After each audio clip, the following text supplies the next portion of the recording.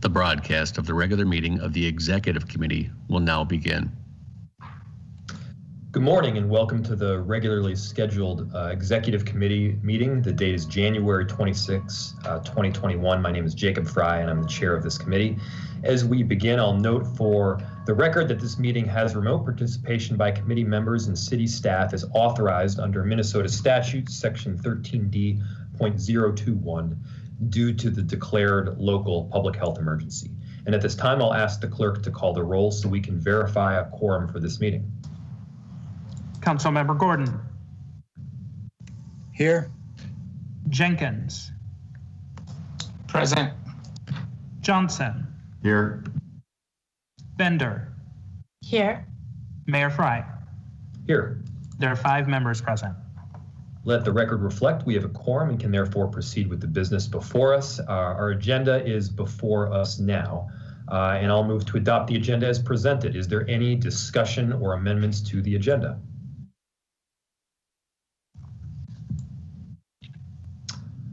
Seeing none, I'll ask the clerk to call the roll. Councilmember Gordon. Aye. Jenkins. Aye. Johnson. Aye. Bender. Aye. Mayor Fry. Aye. There are 5 ayes. That carries and the agenda is adopted.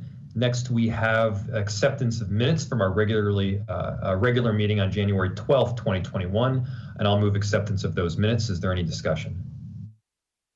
Seeing none, the clerk will call the roll. Councilmember Gordon. Aye. Jenkins. Aye. Johnson. Aye. Bender. Aye. Mayor Fry. Aye. There are 5 ayes. That carries and the minutes are adopted.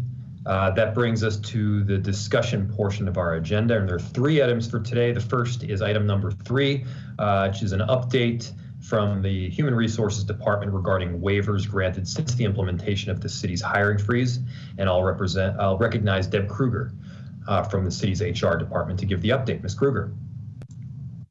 Good morning. Thank you, Mayor Fry, members of the Executive Committee. I am Deb Kruger, Human Resources Manager. An update on the hiring freeze waiver exemptions that have been granted. This report will take us through all waivers that were submitted and completed in 2020. So this is a wrap up of 2020. The next slide, please. This report will cover all the waivers that were submitted and completed between March 31st and December 28th. Again, this concludes all waivers submitted in 2020. Next slide, please.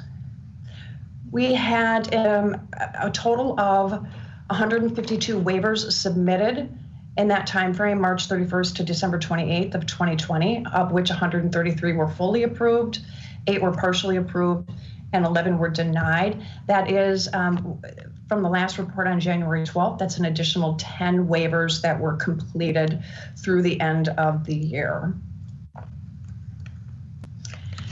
And the next slide again shows the departmental breakdown of submissions. Again, an additional 10, which represented 15 total positions that were approved. All of the waivers at the end of December were approved for a total of 15 positions. Out of those 15 positions, 14 were for permanent hires. As you can see in the 4th column over to the right, the number of approved hires total for the end of the year was 3,787.5. Again, by far the majority of those were for seasonal elections, construction, internships, that sort of thing. And 2 columns over from that, the number of permanent positions that were approved for hire in 2020 was 193.5 for just shy of a $14 million personnel cost expenditure in 2020. The next slide Oh, and actually, I can give you a quick breakdown. Sorry about that. A quick breakdown of the 10 additional waivers that were submitted. 14, again, were for permanent positions. There were an additional 3 positions added in 311 for taking on parking complaints and also some attrition.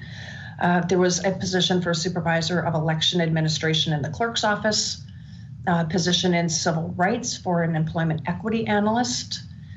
There were 2 positions approved in the finance department, one for a payroll manager and one for a payroll technician. There were 4 positions in the health department, 3 for health inspectors and 1 for a public health mental health counselor, and then 3 positions in human resources for human resources representatives. Before I move on to the diversity slides, as stated on the very first slide, when we kind of looked at the cost savings for 2020, and the goal being $23 million in savings through the hiring freeze process. At that time, we'd sort of frozen the number of positions that were vacant, which was 275 as of June 1st. Kind of taking a look of, was the hiring freeze successful in terms of keeping the number of hires down and achieving that $23 million in cost savings from a vacancy perspective. We started with 275 vacancies, approved 193.5 to fill. We had an additional 214 employees leave employment since June 1st, leaving about a total of 300 vacant positions. So I believe that we kind of held the line on hiring. And Amelia Kruger, who is the interim budget director at the end of my slides, will also be giving a end of year budget presentation on how much personnel dollars were saved in 2020, with the goal being $23 million. On the next slide is around diversity in the diversity impact in hiring, those 193.5 permanent positions that were approved in 2020. As of January 20th, 103 of those positions had been filled. And then the next 3 slides will show the demographic breakdown of those hires. Since the last report on January 12th, there had been an additional 19 hires made. So we'll be seeing the difference of 19 hires here. The next slide shows the gender breakdown. The additional 21 hires since the last report where hires were reported out through January 6th. There were 10 males hired and 11 females. On the left-hand chart, you'll see the diversity numbers by gender from January 6th. We were at 65% male hires, 35% overall female hires. The chart on the right shows the most current data through January 20th, but the additional 21 hires. It did go down slightly in male hires to 61% and up to 39%, so up 4% in female hires overall. The next slide shows the hires by race and ethnicity. Again, additional 21 hires. 15 of those 21 hires were white employees and 6 were BIPOC employees. Again, on the left-hand side, you can see the last set of data where there were 67% overall hires were of white employees and 33% were of BIPOC employees. And the chart on the right-hand side showing the updated numbers with those additional 21 hires did go up 1%, hires of white employees and down 1% overall for BIPOC employees. Hires. The next slide shows hires by hire type. Again, 21 additional hires. 16 of those 21 were new hires, employees who had not worked at the city before, and 5 of them were promotional internal hires. The 2 charts on the left-hand side represent the previous data and the new data around the new hires specifically. We stayed the same, 50% of the new hires, which was a total of 50 as of January 20th. 50% of those hires were females, and 36% through January 20th were BIPOC hires, for new hires outside of the city. And then the 2 charts on the right, again, previous data and new data around promotional hires internally. Pretty much stayed pretty even, pretty stable. 28% overall of those promotional hires were for females, up 3% from the previous data, and 28% were BIPOC promotions of BIPOC employees, up 1%. I believe that is my last slide. And then I just wanted to give you a quick update on the hiring freeze process. Again, this report concludes all of the hiring waivers in 2020. And moving into 2021, while there is still a hiring freeze at the city, it is changing slightly, not slightly, actually pretty significantly, where during the 2021 budgeting process and adoption by City Council in December, departments had identified positions, very specific positions that they would leave unfilled throughout 2021, both positions that were vacant in 2020 morphing over to 2021, as well as leaving 30% of vacancies that are due to employees taking the early retirement incentive, freezing 30% of those vacant positions. Those positions have all been identified in Schedule 5 of the City Council adopted 2021 budget. And so moving forward, there won't be a hiring, a freeze, waiver, committee review. We have tagged those positions that need to be left unfilled in 2021. And then we are monitoring that those positions continue to be unfilled throughout 2021 so that departments meet their 2021 budgetary goals. If there are any questions, I'd be happy to answer. And otherwise, I believe Amelia Kruger is available and ready to make a presentation around the budget savings through 2020 with the hiring freeze. Thank you, Ms. Kruger. Any questions for Ms. Kruger at the moment?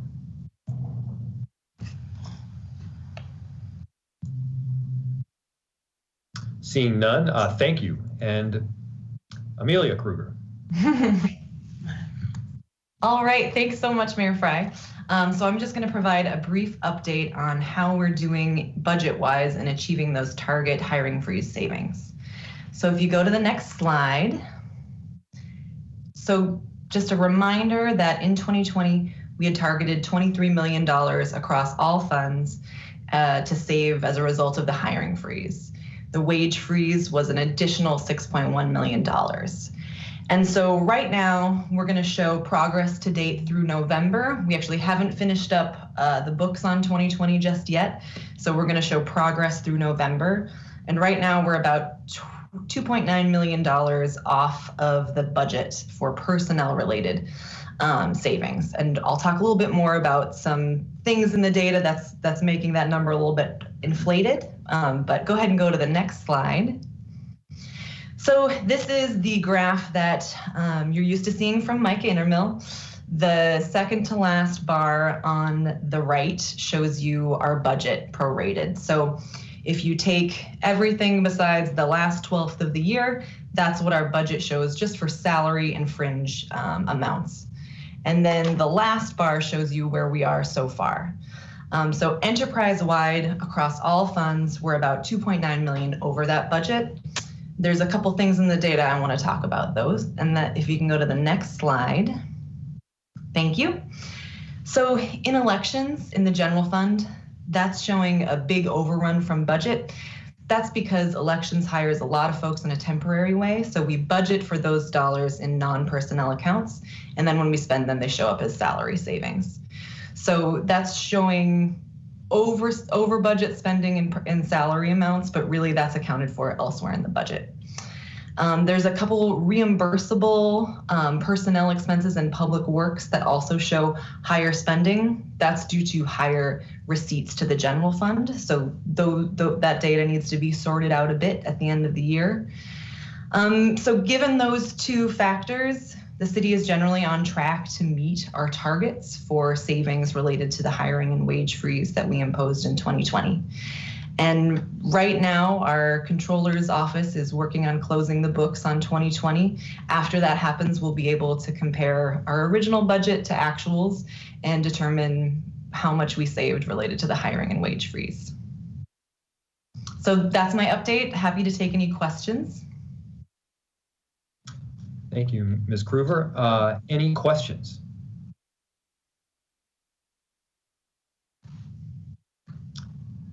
Seeing none, I will go ahead and ask the clerk to file both of those reports. Ken, can I do both of those at the same time? Mr. Chair, yep, that's just fine. So that would be for both items 3, and then item number 4 was, is there additional presentation from Ms. Stenerson, or is that concluded through Ms. Gruber? Nope, that is a separate presentation, and Human Resources staff is on hand to deliver that. Great. So item number 3 has been filed. Discussion item number 4. Ms. Stenerson. Good morning, Mayor Fry and members of the Executive Committee. I'm Rika Stenerson with Human Resources, and we are here to discuss proposed changes to the wage freeze resolution that was passed last April of 2020. If you can go to the next slide, please. So I just want to clarify that this is a fairly narrow resolution that was passed in last April, and it only impacted the non-represented employees at the city. So it's a group of about 400 employees. It includes the non-represented, the appointed, and the politically appointed. So what we're talking about today is amendments to this particular resolution.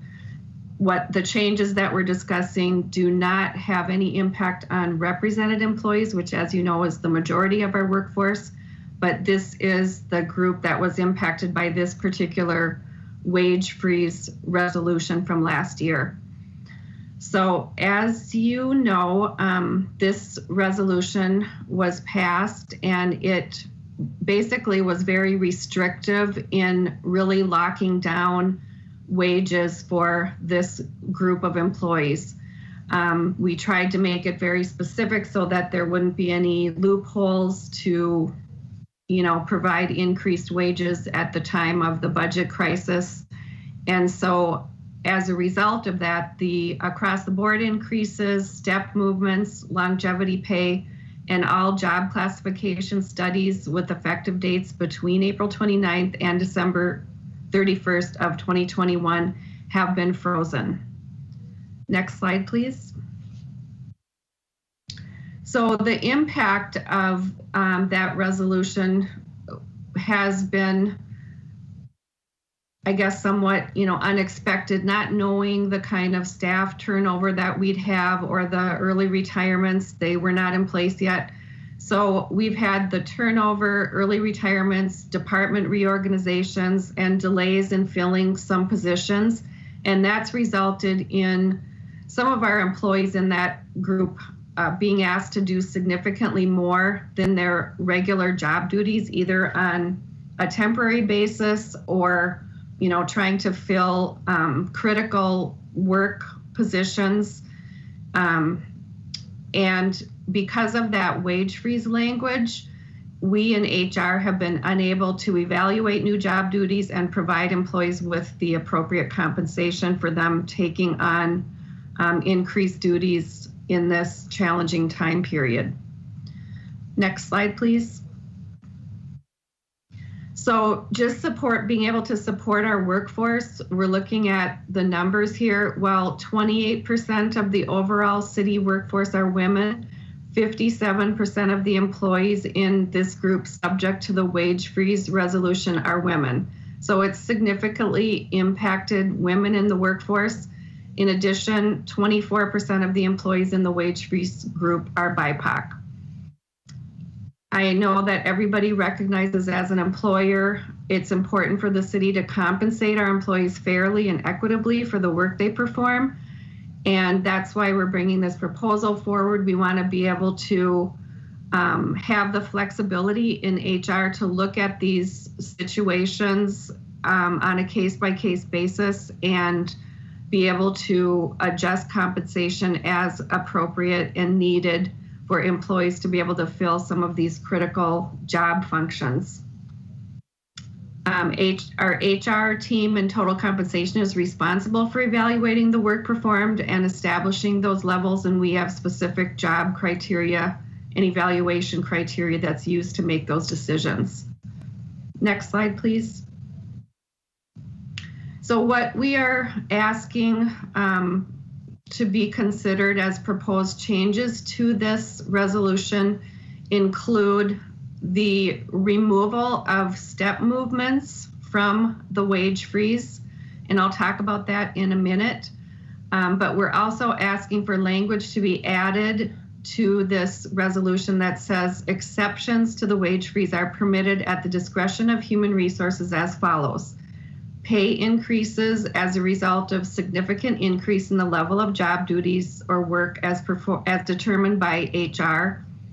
Merit pay for taking on a major project or temporary increase in job duties, and that merit pay applies to non-represented employees only. It's a compensation tool that can be used for up to 12 months for employees taking on temporary increased responsibilities. And then increased pay for a detailed employee where the pay rate for the detail assignment is greater than the employee's regular rate of pay. Next slide, please. So the result of amending the wage freeze resolution would allow us to implement 2021 step increases for this group of non-represented, appointed, and politically appointed employees effective April 29th, 2021. That's 1 year after the initial resolution. And then it would allow Human Resources to adjust compensation as needed for this group of employees if increased duties merit an increase.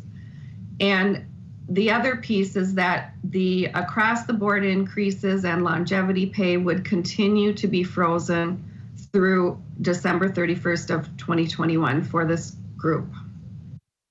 Next slide. Funding for the proposed changes. So Amelia's here and can answer any specific questions, but she has confirmed that the step increases were included in the 2021 budget for this group.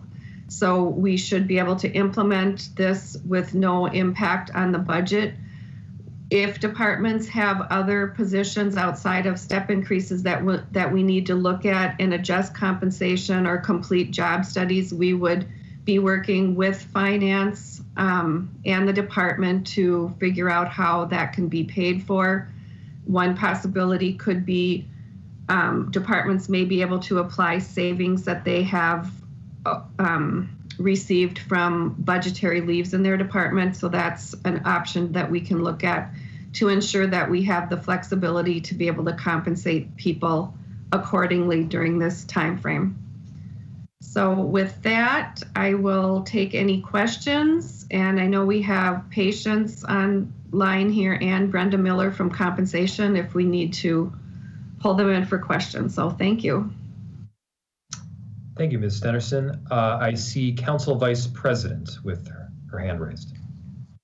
Thank you, Mayor Fry. I'm just trying to figure out, because there seems to be a lot of subjectivity in this. So I guess my first question is, are the step increases automatic, or are they dependent on if the department has realized some kind of budget savings and or are they subject to whether or not that employee is doing extra work? I'm just trying to figure out. I mean, the step increases should be available to people beyond those sort of subjective measures, and I'm not sure if I heard that is the case.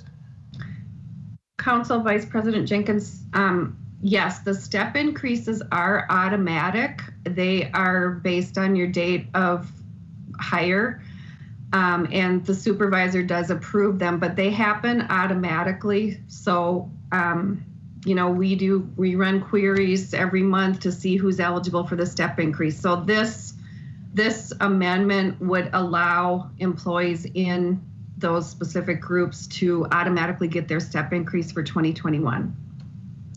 Is it dependent on availability of funds in said department? No, it's because it was included in the 2021 budget. It will just, the funds are there. Yeah. Yes, will happen automatically for all those employees. So then that brings me to my next question. That's good. I'm glad to hear that. Are the employees that have been taking on extra duties, more work, extra projects, etc.? I mean, what is the criteria for determining that? Council Vice President Jenkins, we have established job criteria where we look at the percentage of their duties that have changed. And if it's a temporary assignment, you know, there's different tools we can use, including the merit increase or a detail assignment. But there's specific criteria on the level of the work that changes, and then there's options we can look at to work with the HR business partner in that department and the department management to see how the compensation can work for them. So it's just, you know, with this language that's been in place, it's been very difficult for departments to navigate some of the changes that they've had to make, and for us to be able to work with them to appropriately compensate. So just having that ability for the exceptions, for us to be able to review those situations, would allow us to work with them and make sure that we can accommodate their department needs to get the work done and to appropriately compensate people for doing that work.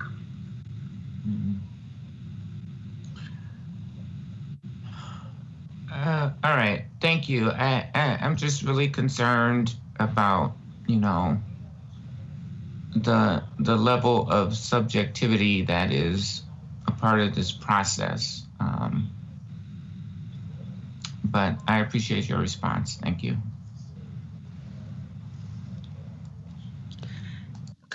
Council Vice President Jenkins, could I also, if I may, add one more element to this? What Rika is referring to is a practice that we already have in place. Sure. And so we already have a specific definable criteria and process that we use all the time. So, and that's why we have a specific total compensation division to ensure that we are being, number one, consistent, we're being fair, and it's based on a concrete set of criteria. And that's been in place all along. I hope that helps to clarify.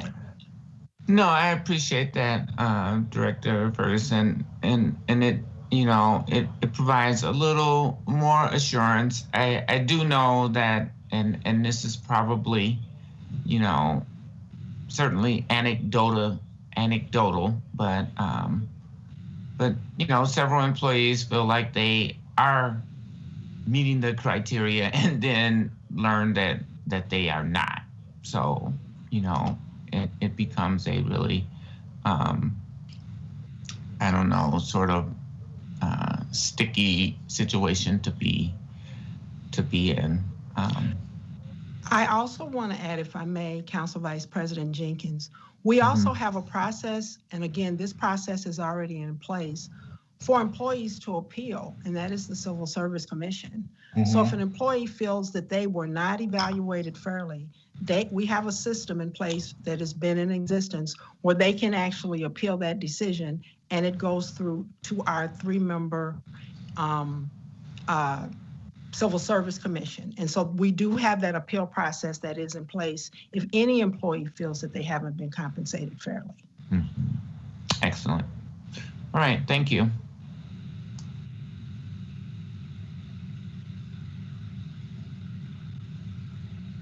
Thank you. Any further questions for Ms. Stenerson?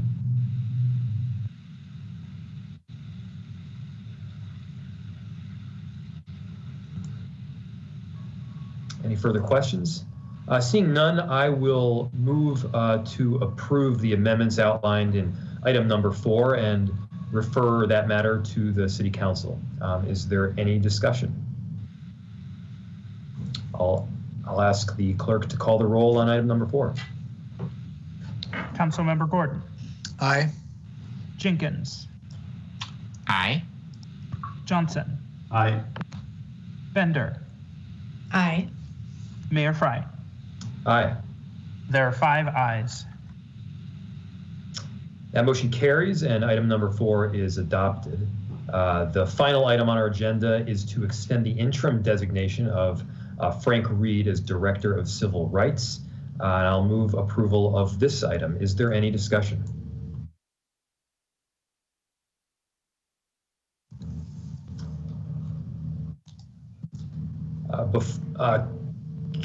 I think that's Council Vice President. Yeah, thank you, Mayor Fry. I'm just, what's the length of time on the extension?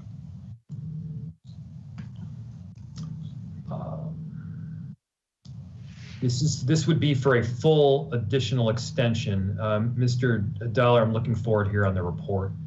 Do you have the answer to that? Yeah, Mayor Fry, that's correct. The agenda item is to extend the designation for a period not to exceed 90 days that begins on February 19th. Okay. So period not to exceed 90 days beginning February 19th. Thank you, Mayor Fry. Any further discussion? Seeing none, and before we'll call the roll, I just want to thank Mr. Reed for his willingness to step up into the position. It is greatly appreciated, and I deeply appreciate his work. Mr. Clerk, you can call the roll. Councilmember Gordon. Aye. Jenkins.